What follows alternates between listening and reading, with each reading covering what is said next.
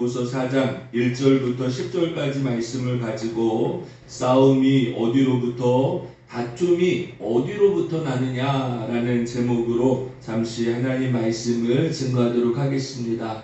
우리 말씀 듣기 전에 오른손을 들고 할렐루야 한번 인사하겠습니다. 할렐루야, 할렐루야, 할렐루야, 할렐루야. 여러분 오늘도 거룩하고 복된 주일입니다.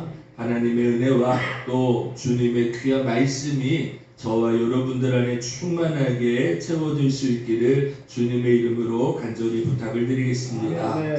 무더운 날씨가 이어지고 있습니다. 여러분 건강 정말 조심하셔야 될 것 같고요. 또 관리를 잘 하셔야 이 무더운 여름에는 탈진하기도 쉽고 또 몸이 좀 약간 좀 가라앉기도 합니다. 그리고 덥고 습하다 보니까 나도 모르게 화가 나기도 하고 짜증도 나기도 합니다. 그러니까 우리가 평상시에 생각하고 말하는 내 행동보다 좀 한 박자 아니면 한 번 더 좀 주춤하여서 생각하고 또 말하고 행동할 수 있을 때 우리가 좀 내가 하는 실수를 좀 줄일 수 있지 않을까라는 생각을 갖습니다. 날씨가 더워서 그런가요? 아니면 코로나 시대가 너무 길어서 그런가요? 아니면 지금 사람들의 마음이 너무 무너져 있어서 그런가요? 여러분 최근 우리나라에 정말 벌어지지 말아야 되는 일들이 나타났습니다. 지난 7월 21일 날 신림동에서 묻지마 칼부림 사건이 나타났습니다. 피의자는 조선이라는 사람인데요. 33살의 사람이고 이 사람이 흉기를 휘둘러서 한 명이 사망하고 3명이 중상을 입게 되는 엄청난 사건이 발생했습니다. 그는 경찰 조사에서 묻습니다. 왜 이런 행동을 했습니까? 라고 물어보니까 뭐라고 대답하냐면 나는 불행한데 남들도 나처럼 불행하게 만들고 싶었습니다. 라고 대답했다라는 거예요. 그러니까 여러분 내가 지금 너무 불행하다라는 거죠. 내가 지금 너무 속상하고 힘든데 다른 사람들을 보니까 다 즐거워하고 행복한 그 꼴이 보기 싫은 거예요. 그래서 다른 사람들도 불행하게 만들고 싶었습니다. 라고 대답을 했다라는 거죠. 사이코패스 진단을 받았지만 여러분 이 사람이 이게 의도적으로 그런 진단을 받았을 수도 있다라는 추측도 있습니다. 왜냐하면 그 전날 이 사건을 벌이기 전날 자신의 스마트폰을 초기화하였고 자신의 집에 있는 컴퓨터를 망치로 부셨습니다. 그런데 여러분 요즘에 스마트폰을 초기화했다고 못 보는 게 아니에요. 그가 전날에 무엇을 검색했냐 하면 전날에 홍콩에서 벌어졌던 묻지마 살인사건을 검색했다라는 거죠. 또 유사한 묻지마 범죄를 여러 번 검색한 것을 찾아내게 되었다라는 거예요. 당시 이 사건은 사회에 큰 충격을 주었습니다. 왜냐하면 대낮에 그것도 도심의 한복판에서 아무런 이유 없이 단순히 자신이 불행하였고 다른 사람들이 행복해하는 모습을 보기 싫다라는 이유로 불특정 다수를 향해서 칼을 휘두르고 사람을 죽이고 중태에 빠뜨렸다라는 일은 엄청난 충격을 우리에게 주게 되었다라는 겁니다. 그런데 문제는요. 이 사건이 있은 후 14일 정도가 지났을까요? 여러분 지난주에 저 분당의 서현역에서 또 비슷한 묻지마 칼부림 사건이 발생하게 되었습니다. 차량으로 5명을 치게 되었고 또 흉기에 찔러서 9명의 사람을 중태에 빠뜨리는 정말 너무 참혹한 사건이 또 발생하고 말았다는 거죠. 이 사건 역시 최모 씨라는 아직 이름이 밝혀지지 않았지만 최모 씨라는 22살의 청년입니다. 이 사람은 자신이 피해 망상을 호소하고 있으며 마약이나 음주에 빠져있는 상태는 아니었다라고 말합니다. 그러면서 그게 죄의 동기를 물어보니까 이 사람 역시 이런 얘기를 합니다. 불쌍해 집단이 나를 총부 살인하려 하였고 부당한 상황을 공론화시키고 싶었다라는 이야기를 횡설수설하고 있다라는 거죠.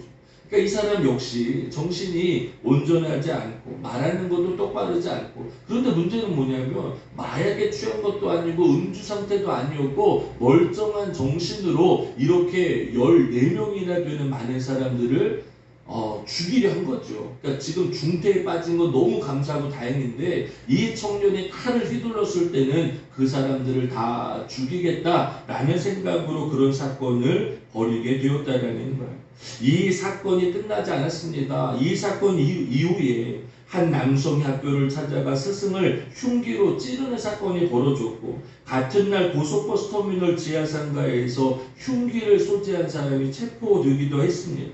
같은 날 온라인 커뮤니티에서는요, 모방 범죄로 추정되는 살인의 예고의 글이 28건이나 올라오게 됐다는 거예요. 그래서 경찰들이 출동했습니다. 5명이나 되는 사람을 검거했습니다. 그런데 제가 어떤 사람의 글을 보니까 정말 충격적인 글이 있습니다. 이 사람은 자신이 이 모방 범죄를 벌이겠다라고 글을 썼는데, 그 글을 쓴 동기가요, 너무 황당한 거예요. 자, 한번 들어보세요. 일단 정말 죄송합니다. 어제 10시쯤 학원 끝나고 이 갤러리를 보니 신림역의 사건에 이어 또다시 칼부림 사건이 발생했다라는 것을 인지하였고, 이에 평소처럼 아무런 생각 없이 글을 썼다라는 거예요. 잘 들어보세요. 내가 뭘 하겠다라고 글을 쓴 게 아니라 그냥 그 뉴스에서 나오는 사건을 보고 아무 생각 없이 글을 쓰게 됐다라는 거죠. 다만 인터넷상에서 여러 차례 칼부림 예고글이 올라와서 우리 국민들이 혼란을 겪고 있다는 것을 몰랐고, 제가 이 갤러리에 쓴 글이 인터넷상에서 일파만파 퍼져나갈지는 생각하지 못하고 글을 작성했다라는 거예요. 사실 이 갤러리 이용자면 맥락상 억울로인 것을 알 것이라고 생각했습니다. 그러나 앞서 언급했듯 제 글이 타 커뮤니티 등지에 퍼져나갔고, 이에 맥락을 모르는 다른 네티즌은 정말로 제 글이 예고 글인지 알고 두려움에 떨게 되는 상황이 되고 말았습니다. 인터넷상에서 일이 커지는 것도 그렇고, 아침에 한티역을 방문했는데 경찰분들이 고생하시는 것을 보고 정말 제가 국민들을 희롱하고 공권력을 낭비시키고 있구나라는 생각이 들었습니다. 그래서 아침에 자수해야겠다라는 생각이 들었고, 이제 자수하려고 합니다. 저 때문에 두려움에 떠신 국민들, 앞선 참사로 인한 피해자분들과 유가족분들, 고생하신 경찰분들에게 정말로 사과드리고 싶습니다. 제 책임을 통감하고 있습니다. 다시 한번 진심으로 죄송합니다. 여러분, 정말 너무너무 놀라운 사건 아닙니까? 살인 사건이 벌어지고 이렇게 묻지마 칼부림 사건이 난 것도 충격적이었는데요. 그 사건 이후에 모방 범죄가 28건이 올라왔고, 동일한 사건의 범죄가 전국 각지에서 내가 어디서 몇 명을 죽이겠다, 내가 어디서 어떤 행동을 하겠다, 이러한 글들이 전국에서 28건이나 올라오게 됐는데, 그 건건을 조사해보니까 이렇게 엉뚱하게도 정말 아무 생각 없이 그냥 자신이 글을 올렸는데, 이 글이 온라인상에서 인터넷상에서 이렇게 무차별적으로 확대가 되고 확산이 되어서 많은 사람들에게 이런 영향력을 끼칠 거라고는 생각하지도 못했다라고 자신이 글을 쓰고 자수하겠다라고 이런 글까지 남기게 되었다라는 거예요. 얼마나 무서운 일입니까? 여러분, 우리나라에 언제부터 이렇게 악한 일들이 나타났습니까? 물론 사회가 변화되었고 시대가 바뀌었고 악해졌다라고 이렇게 말할 수도 있을 것 같습니다. 그러나 이건 생각지도 못했던 일이고, 아무리 시대가 변하고 사람들의 마음이 완악하다 한들 아무 이유 없이 불특정 다수를 향해서, 그것도 심신이 미약한 상태가 아니고 그런 범죄를 벌였다라는 것은 너무나도 충격적이고 너무나도 여러분 흉악한 일들이 지금 우리 주변에 나타나고 있다는 거예요. 자, 여러분 저 좀 보세요. 지금 많은 사람들이 이 문제를 어떻게 바라봐야 될까? 좀 충격으로 다가왔을 거라고 생각합니다. 그냥 예전에 이 전만 해도 뭐 그럴 수도 있겠구나. 다른 나라에서 저렇게 총기 사건이 나타나고, 다른 나라에서 저렇게 사건들이 많이 나타나고, 저렇게 사람들의 마음이 악해져서 이런 집단적인 일들이 나타나고, 이게 우리하고는 전혀 상관없는 일들처럼 생각이 됐습니다. 그런데 여러분, 이제는요, 글로벌 시대가 되다 보니까 우리나라에서 있었던 얘기가 불과 몇 분 뒤면요, 전 세계 어디에서도 다 그 글을 바라볼 수 있는 시대가 되었어요. 이제는 저 뭐 몇백 킬로, 몇천 킬로 떨어져 있는 나라의 일이 아니라 이제는 일상 속에서 내가 겪고 내가 고민하고 생각할 수 있고 받아들일 수 있는 사건으로 벌어지게 됐다라는 거죠. 그러니까 저는 이번 사건을 단순히 몇몇 사람의 일탈적인 행동이라고 보기보다는 지금 이 나라에요, 이와 같은 마음이 내재되어 있는 사람들이 얼마나 많을까? 이와 같은 충동적인 고민을 안고 나도 한번 그래볼까? 라는 생각을 가지고 있는 사람들이 얼마나 우리 주변에 많을까라는 생각을 해보면 정말 이게 단순히 몇몇 사람들의 일탈의 행동이 아니라 지금 이 시대의 영적인 문제이며 지금 이 시대의 악한 문화의 정말 어려운 문제라는 것을 우리가 바라볼 수 있어야 된다는 거죠. 자, 이런 의미에서 오늘 본문의 1절을 한번 다 같이 한번 읽어볼까요? 여러분들 우리 앞에 화면을 보시고 함께 읽어보도록 하겠습니다. 시작! 너희 중에 싸움이 어디로부터 다툼이 어디로부터 나느냐? 너희 지체 중에서 싸우는 정욕으로부터 나는 것이 아니냐? 자, 여러분, 사람들은 무엇 때문에 싸우고 내가 무엇 때문에 다툴까요? 여러분, 왜 지금 사람들은 참지 못하고 분내고 싸우고 다투고 미워하고 분쟁을 일삼고 왜 그렇게 흉악한 마음으로 살아가게 되었을까요? 바로 오늘 성경은 싸우는 정욕으로부터 나는 것이 아니냐라고 우리에게 분명하게 말씀하고 있습니다. 자, 이에 앞서서 사도 바울은 로마서에 보면 우리에게 이런 말씀을 합니다. 그러므로 내가 한 법을 깨달았노니 곧 선을 행하기 원하는 나에게 악이 함께 있는 것이로다 라고 말합니다. 자, 여러분 보세요. 바울은요, 나의 모습, 인간의 모습을 깨달았습니다. 그러니까 인간 안에는 선을 행하려고 하는 마음도 있지만 악이 함께하고 있다는 것을 바울은 말하고 있는 거예요. 여러분, 지금도 우리 안에는 하나님의 의로 말미암아 진실되고 선하게 살고 올바로 살아가야 되는 가치관이 있지만 또 한편에 내 마음속에는요, 죄를 짓게 하고 미워하게 하고 시기하게 하고 분쟁하게 하고 다투게 하고 싸우게 하는 이 악함이 내 안에 분명히 있다라는 거죠. 자, 또 하나, 바울은 뭐라고 말합니까? 내 속사람으로는, 그러니까 영을 말하는 거죠. 내 속사람으로는 하나님의 법을 즐거워하되 내 지체 속에서 한 다른 법이 내 마음의 법과 싸워 내 지체 속에 있는 죄의 법으로 나를 사로잡는 것을 보도다 라고 말합니다. 여러분, 이런 거예요. 지금 내 안에는, 내 영은 하나님의 법을 즐거워하게 우리는 창조되었지만 여러분, 우리 육체, 우리 지체 속에 다른 한 법이 있어서 이 하나님을 찬양하는 선을 따르는 법과 내 육신의 지체를 따르게 하는 이 법이 날마다 싸우고 있다는 거예요. 그래서 내가 죄의 법에 사로잡힐 때는 나도 모르게 악한 모습으로 살아가고 나도 모르게 죄악을 따르게 되고 나도 모르게 이 인간의 정욕의 모습으로 살아가게 되더라는 거죠. 성경은 우리 안에 악이 함께 존재하며 내 지체 속에는 죄의 법이 있다라고 말합니다. 그리고 이것을 인간의 정욕이라고 이야기를 하고 있다는 거예요. 여러분, 그러니까 보세요. 우리 이 땅의 모든 사람들 안에는 정욕이라는 이 욕망이 있다라는 거죠. 자, 그런데 성경은 이 정욕이라는 말을 어떻게 해석하고 있느냐? 단순히 일어나는 욕망이 아니라 쾌락 그 자체를 내 삶의 목적으로 여기는 사람들이 정욕적으로 살아가는 사람이라는 거예요. 그러니까 단순히 내가 이 물을 먹고 싶어, 내가 단순히 이걸 가지고 싶어, 내가 저게 나에게 필요해, 이게 아니라 여러분, 정욕이라는 것은 나에게 쾌락, 즐거움과 좋은 것과 아름다운 것을 추구하는 그와 같은 내 삶의 자체가 바로 정욕적인 나의 모습이라고 말하고 있습니다. 그러니까 여러분, 인간은요, 나도 모르게 쾌락에 젖을 수밖에 없는 존재예요. 나도 모르게 악에 빠질 수밖에 없는 존재예요. 보세요. 여러분, 만약에 나도 편안한 삶이 좋지 않습니까? 나도 화려한 집이 좋지 않습니까? 편한 차가 좋은 게 맞고요. 맛있는 음식을 먹고 싶고요. 나도 쉬고 싶고요. 나도 즐기고 싶고 놀고 싶은 게 사람의 그 자체의 정욕이라는 거예요.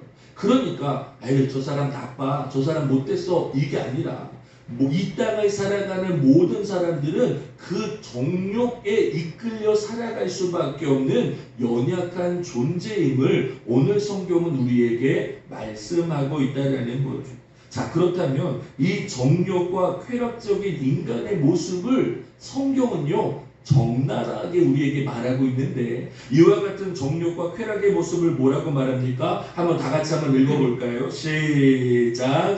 우리도 전에는 어리석은 자요, 순종하지 아니한 자요, 속은 자요, 여러 가지 정욕과 행락의 종노릇한 자요, 악독과 투기를 일삼은 자요, 가증스러운 자요, 피차 미워한 자였으나, 여러분, 원래 하나님에 의해서 멀어진 사람들의 모습은 이렇습니다. 어리석을 수밖에 없는 거죠. 그리고 순종하지 않는다라는 거예요.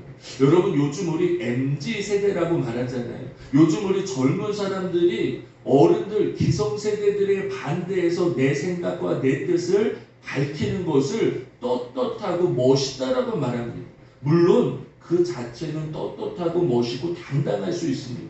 그러나 지금 우리가 살고 있는 이 세상의 모든 것들로부터 순종하지 않고 내 멋대로, 내 뜻대로, 내가 바라는 대로만 살아가는 게 그게 다 멋있는 건 아니에요.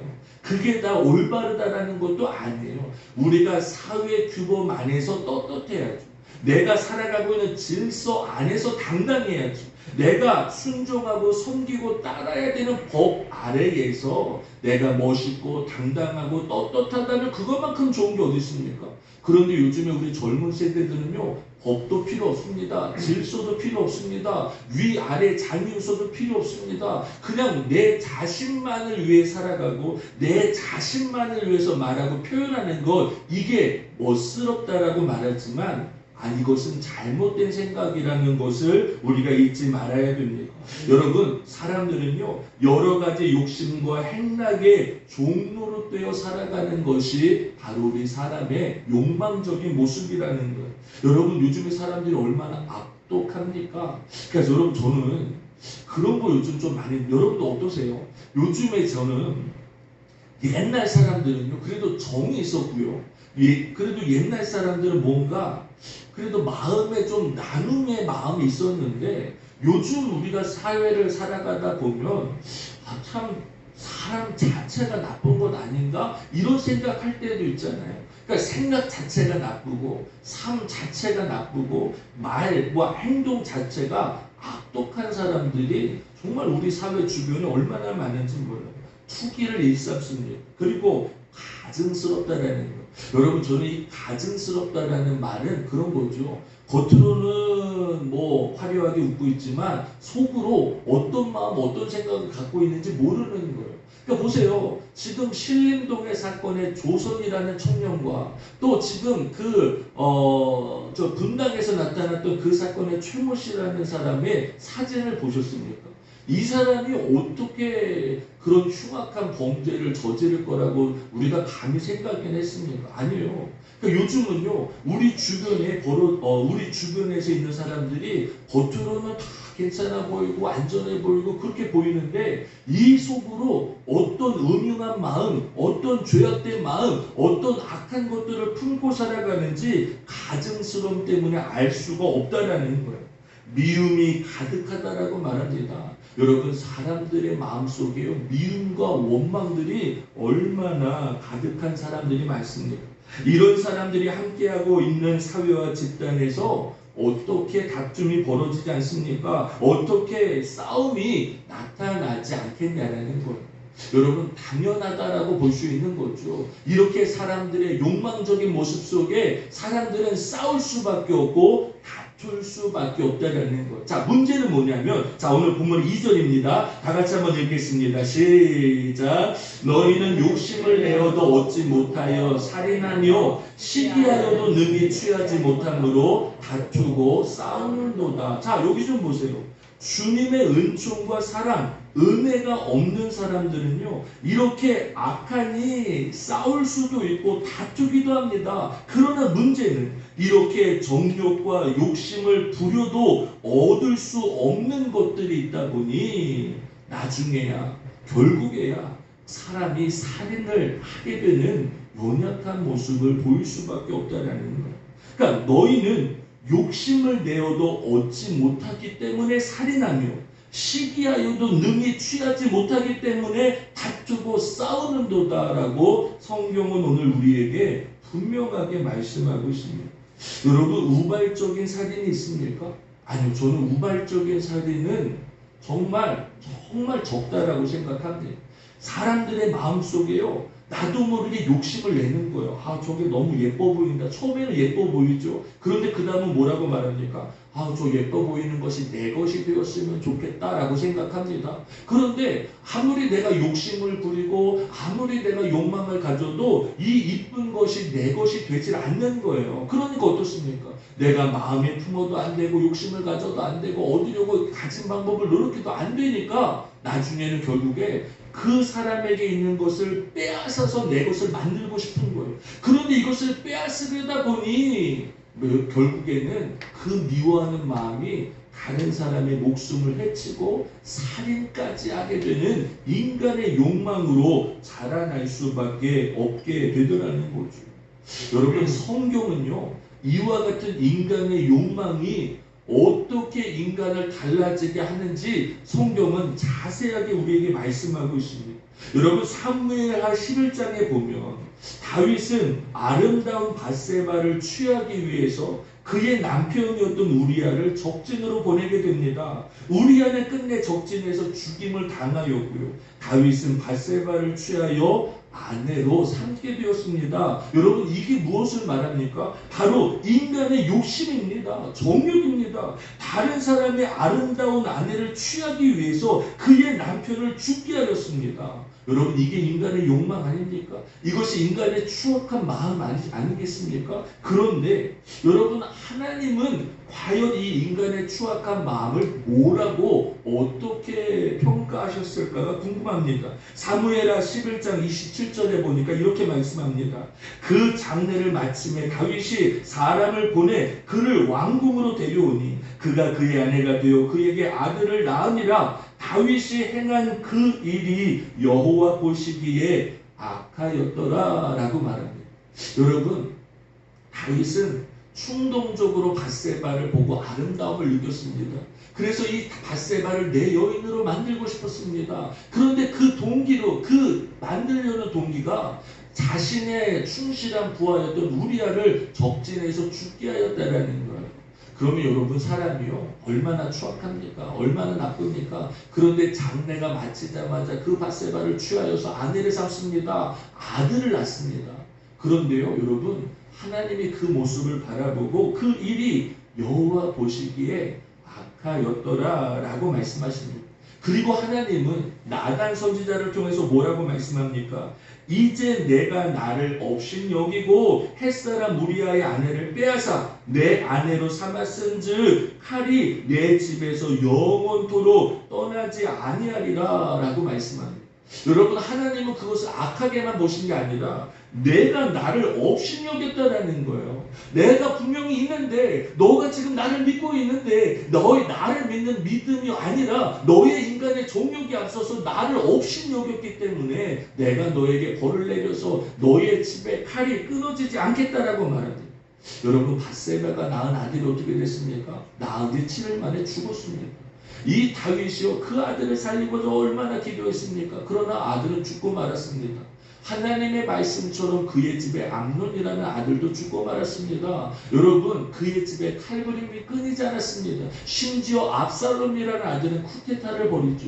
심지어 그의 아들이 이 다윗성에 들어와서 무슨 짓을 벌였습니까? 백주 대낮에 아버지가 사랑하였던 여인들을 간음하는 그러한 죄의 모습까지 나타나는 흉악한 모습들이 성경에도 낱낱이 고백되어 있습니다.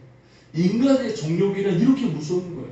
인간의 욕심이란 이렇게 무서운 거예요. 사람의 마음속에 있는 내 욕망과 이 욕심을 절제하지 못하다 보면 하나님을 업신여기게 되고 하나님 보시기에 악을 행하는 죄악의 모습으로 바뀌어질 수밖에 없다라는 거죠. 자, 야고보서에 보면 이렇게 말씀하고 있습니다. 오직 각 사람이 시험을 받는 것은 자기 욕심에 끌려 미혹됨이니 욕심이 잉태한 즉 죄를 낳고 죄가 장성한 즉 사망을 낳느니라 라고 말합니다. 여러분 잘 보세요. 누가 나에게 욕심을 주는 게 아니에요. 누가 나에게 시험을 주는 게 아니에요. 각 사람이 시험을 받는 것은 나의 욕심에 끌려 미혹됨이니. 여러분 사회가 문제가 아니에요. 많은 젊은이들은 지금 사회가 문제고 사람들이 문제고 법이 문제고 교육이 문제고 다른 무엇이 문제라고 핑계를 대지만 그게 아니라 각 사람이 시험을 받는 것은 나의 욕심에 끌려 미혹이 됨이니 내 안에 있는 욕심이 잉태한 즉 죄를 낳습니다. 욕심을 계속해서 키우다 보면 여러분 근데 저는 그래요. 사람들마다 욕심 없는 사람 어디 있습니까? 욕심 있는 사람, 욕심 없는 사람이 있어요. 저는 없다고 생각합니다. 그런데 그 욕심을 자꾸 내가 하지 못하는 거, 나에게 없는 거, 남에게서 빼앗으려는 그 마음이 커지다 보면 죄를 지을 수밖에 없는 거예요.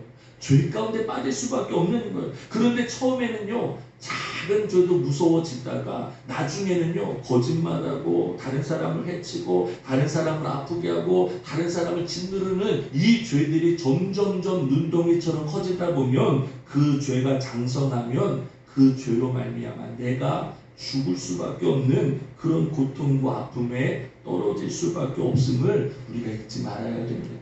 자, 여러분 오늘 제가 성경에서 오늘 제가 우리 여러분들과 나누고 싶었던 말씀은 왜 사람들은 저렇게 싸움이 끝나지가 않을까? 왜 저렇게 사람들은 다툼이 멈추질 않을까? 나라의 정치를 봐도 그렇고 지금 많은 사람들의 모습을 봐도 그렇고 우리 가정에서도 마찬가지고 내 삶 가운데도 다툼과 싸움과 분쟁이 멈추지 않는다라는 거예요. 여러분 지금 우리가 살아가고 있는 시대는 그런 시대가 되고 말았어요. 저는 지금 이 시대가 달라질 거라고 생각하지 않습니다.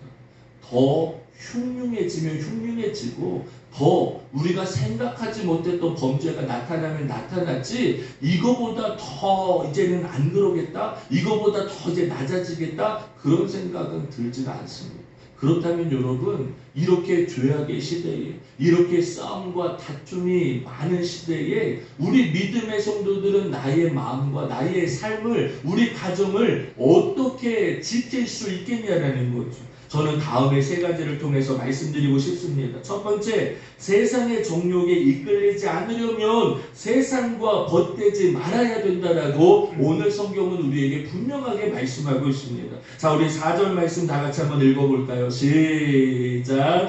가늠한 여인들아, 세상과 벗된 것이 하나님과 원수됨을 알지 못하느냐? 그런즉 누구든지 세상과 벗이 되고자 하는 자는 스스로 하나님과 원수가 되는 것이니라. 여러분 우리가 세상을 살아가다 보니 세상과 함께 살아가는 건 어쩔 수 없습니다.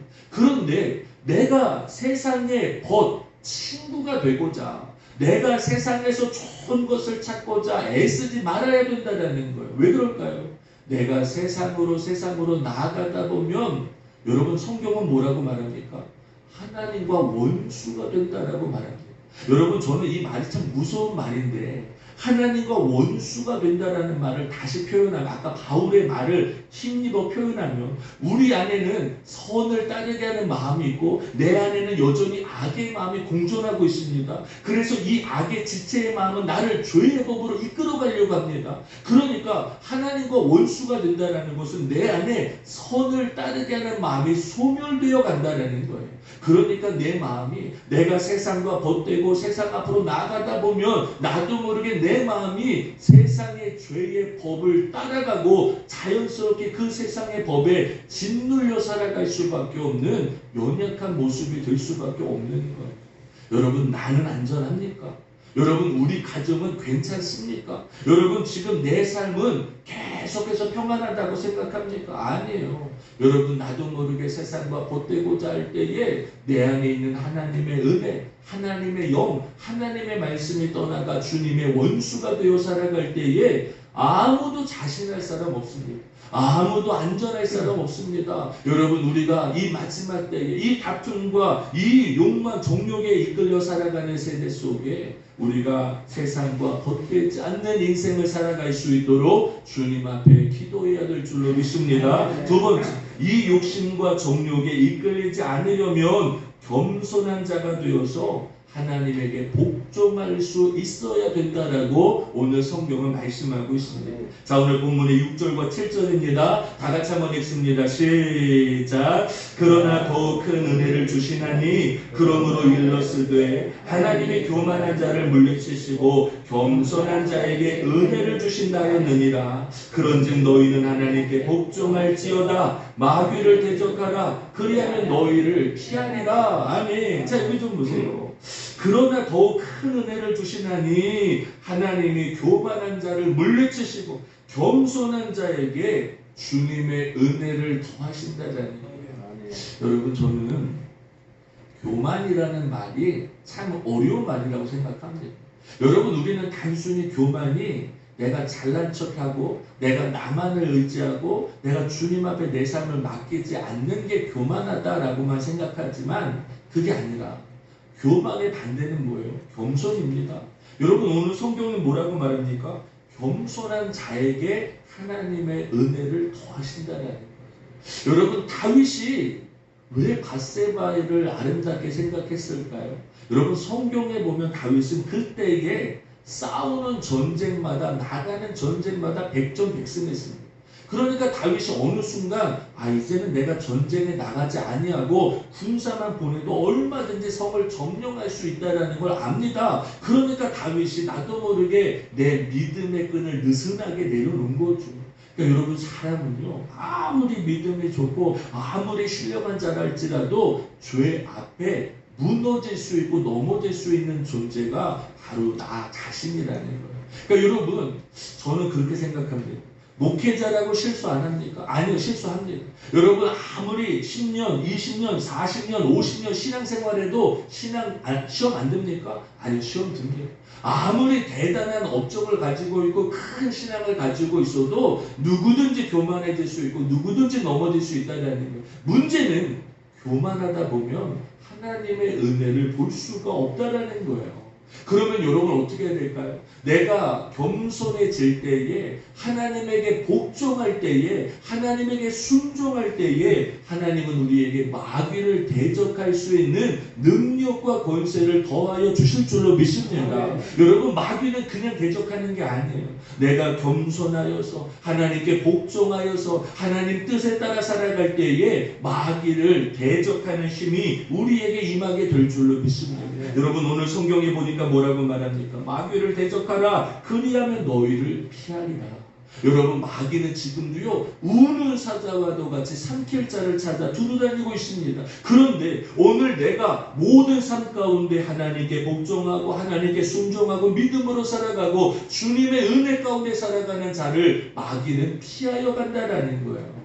여러분, 우리가 이 죄 많은 세상에서, 다툼 많은 세상에서 온전하게 살아가길 원하십니까? 그렇다면 길은 하나밖에 없어요. 마귀를 대적하여서 그 마귀가 우리 교회를 피해가고 우리 가정을 피해가고 내 마음을 피해갈 수 있을 때에 우리가 이 정욕의 세상에 이기며 살아갈 수 있음을 깨달아야 될 줄로 믿습니다. 자, 마지막으로 이 욕심과 정욕에 이끌리지 않으려면 하나님을 가까이 하여라 라고는 성경에 말합니다. 자, 8절입니다. 다 같이 한번 읽겠습니다. 시작. 하나님을 가까이 하라. 그리하면 너희를 가까이 하시리라. 죄인들아, 손을 깨끗이 하라. 두 마음을 품은 자들아, 마음을 성결하게 하라. 자, 여러분, 오늘 이 한 구절의 말씀 속에 여러분들은 어떤 말씀이 마음에 와닿습니까? 저는 오늘 이 말씀이 저에게 참 마음에 와닿는 건 뭐냐면 죄인들아 손을 깨끗이 하라. 여러분 오늘 우리는 죄인들 아닙니까? 그런데 내 손, 내가 하는 모든 일들, 내 삶을 깨끗이 할 수 있는 길이 우리에게는 없어요. 그렇지 않습니까? 여러분 내가 아무리 깨끗하게 살고 아무리 내가 선하게 살려고 해도 우리는 역시 죄인이다 보니 내 지체는 역시 여전히 연약하고 여전히 넘어질 수 있고 무너질 수 있으니 내 자신을 너무 믿으면 안 돼요. 내 자신을 믿을 수 없기에 우리는 하나님을 가까이 할 수밖에 없는 거예요. 하나님께서 내가 멀어지다 보면 여러분 우리는 나도 모르게 넘어지고 내 안에 있는 죄에 무너질 수밖에 없다라는 거예요. 또 하나, 두 마음을 품은 자들아 마음을 성결하게 하라. 여러분 저는 오늘 이 말씀이 참 오늘 우리가 되새겨야 되는 말씀이라고 생각합니다. 이 땅을 살아가는 저 역시 여러분 역시 우리는 여러 두 마음 속에 살아갑니다. 한 마음은 하나님을 따르고 또 한 마음은 여전히 세상의 정욕을 따라갑니다. 그런데 이 두 마음 속에 내가 마음을 성결하게 하려면 내 마음을 진실하게 하려면 내 마음을 선하게 하려면 방법은 하나밖에 없는 거예요. 하나님을 가까이 할 때에 하나님이 우리를 가까이 하시리라라고 말합니다. 생각해 보세요. 자 보세요. 생각해 보면 오늘 내가 여기 있어요. 그런데 하나님이 나와 가까이 계세요. 그럼 마귀가 오려고 하다가도 내 옆에 하나님이 계신 것을 보고 피해가는 거죠. 도망가는 거죠. 마귀가 나를 점령하려고 내 마음과 생각을 둘러싸려고 아무리 노력해도 나와 함께 하시고 나와 가까이 계시는 주님이 있다면 그 어떠한 마귀도 그 어떠한 권세도 우리가 이기고 남을 수 있는 은혜와 능력이 우리에게 있음을 우리가 잊지 말아야 될 줄로 믿습니다. 사랑하는 여러분, 우리가 지금 사는 세대는 정욕과 욕망이 있는 세대입니다. 그러다 보니 다툼이 있습니다. 싸움도 있습니다. 그러다 보니 원망도 있습니다. 그러나 우리가 이와 같은 시대 속에 하나님을 가까이 하고 하나님 앞에 겸손하고 세상과 벗대려는 마음이 아니라 하나님의 은혜 가운데 살아가려고 했을 때에 하나님은 이 나라, 이 교회, 우리 가정, 내 삶을 주님의 은혜 가운데 붙잡아 주심을 우리가 반드시 기억할 수 있기를 주님의 이름으로 간절히 부탁을 드리겠습니다. 우리 시간에 한 번만 하나님 앞에 기도하는 시간 갖도록 하겠습니다. 이 시간